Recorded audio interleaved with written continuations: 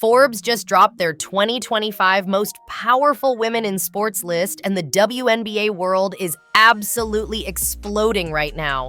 Caitlin Clark landed at number 4, sitting next to literal billionaires and franchise owners, making her the most powerful female athlete on the entire planet. Meanwhile, Reese didn't even crack the top 50, and sources close to her camp say she's absolutely fuming about it. But here's what nobody's talking about. This isn't just about a Forbes ranking. This is about an $8.1 million empire that's changing everything we thought we knew about women's basketball economics. Before we dive into the shocking details, if you're Team Caitlin Clark, smash that like button and comment 22/7 to show your support.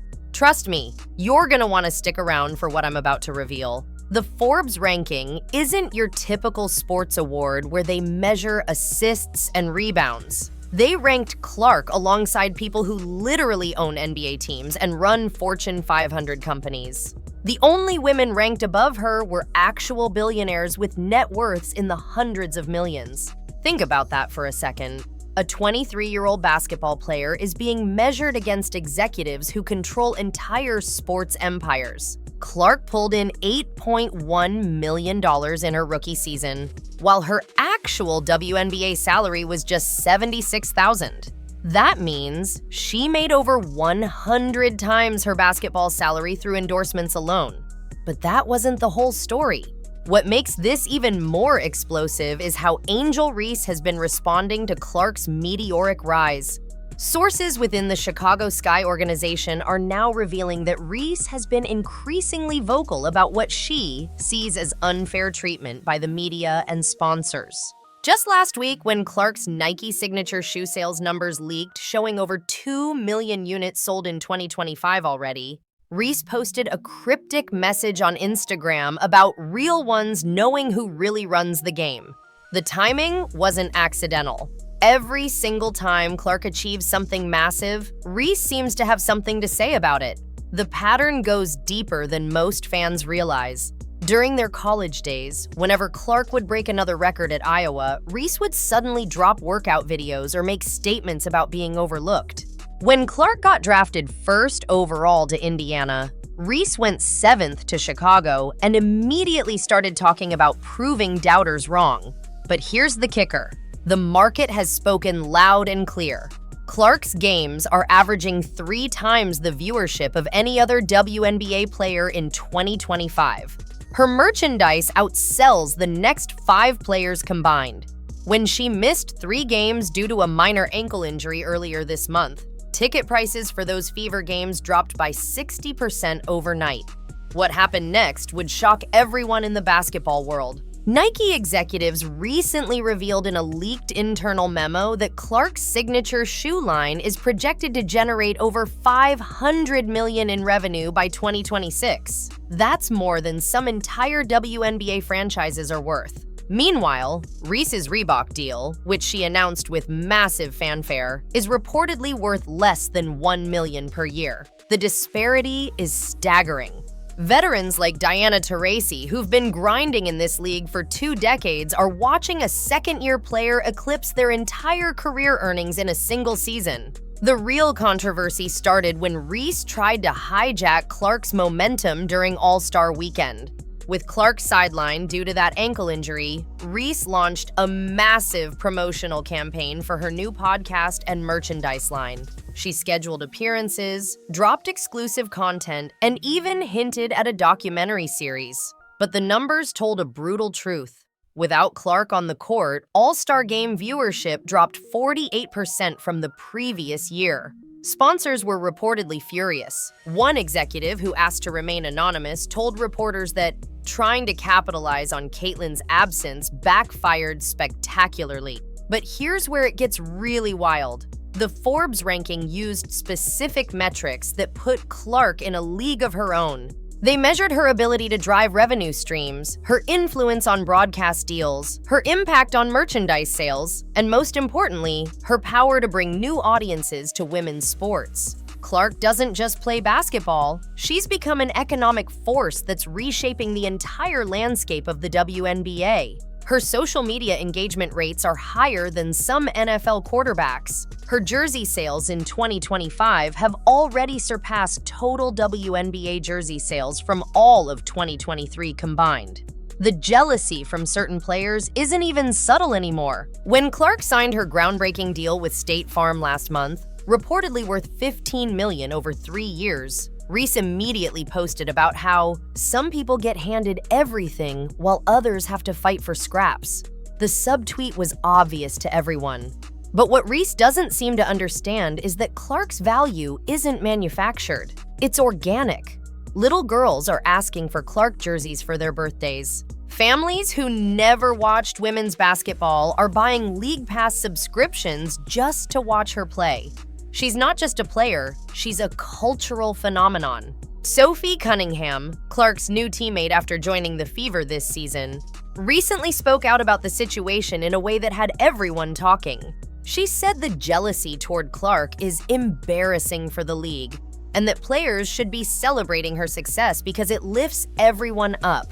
Cunningham pointed out that since Clark entered the league, average WNBA salaries have increased by 30%, and the salary cap is expected to double by 2027. That's the Clark effect in action. The financial reality is even more shocking when you dig into the details. Clark's endorsement portfolio now includes Nike, Gatorade, State Farm, Wilson, and Panini.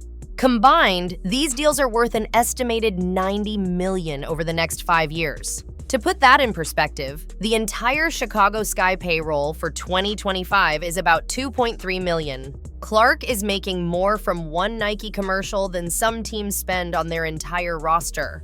No wonder there's resentment brewing. What nobody expected was how this would affect team dynamics across the league. Multiple sources within various WNBA organizations have confirmed that there's a growing divide between players who support Clark's rise and those who feel threatened by it. Some veterans see her success as validation that women's basketball can compete for mainstream attention. Others, particularly those who've been grinding for years without recognition, see it as unfair that a young player gets all the spotlight. The tension is real, and it's affecting locker rooms across the league. The most revealing moment came during a recent press conference when Reese was asked directly about Clark's Forbes ranking.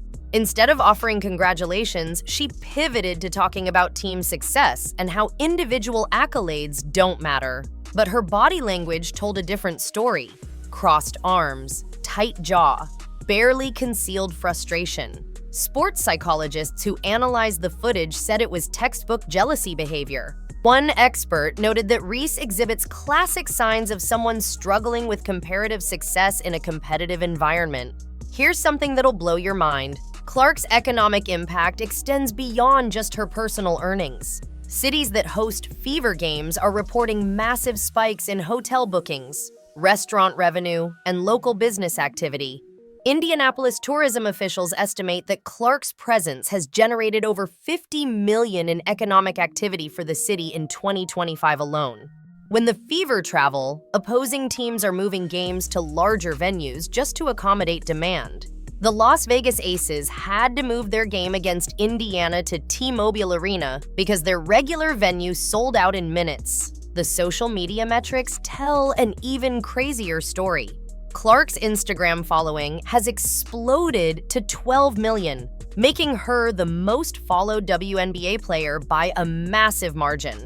Her TikTok videos regularly get tens of millions of views. Meanwhile, Reese has been stuck at around 2 million followers despite constant posting and engagement attempts.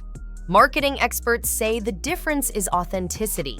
Clark's content feels genuine while Reese's feels forced. But wait, it gets even more interesting. League insiders are now revealing that the WNBA's new media deal, worth $2.2 billion over 11 years, was largely driven by Clark's presence in the league. Broadcasting executives specifically mentioned her drawing power in negotiations. One source said networks were essentially betting on the Caitlin Clark era of women's basketball.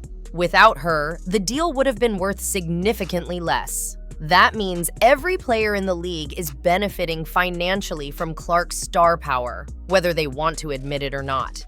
The controversy reached a boiling point last week when leaked audio surfaced of Reese talking to teammates about the Forbes list. While the full context isn't clear, she can be heard saying something about politics and who they choose to promote.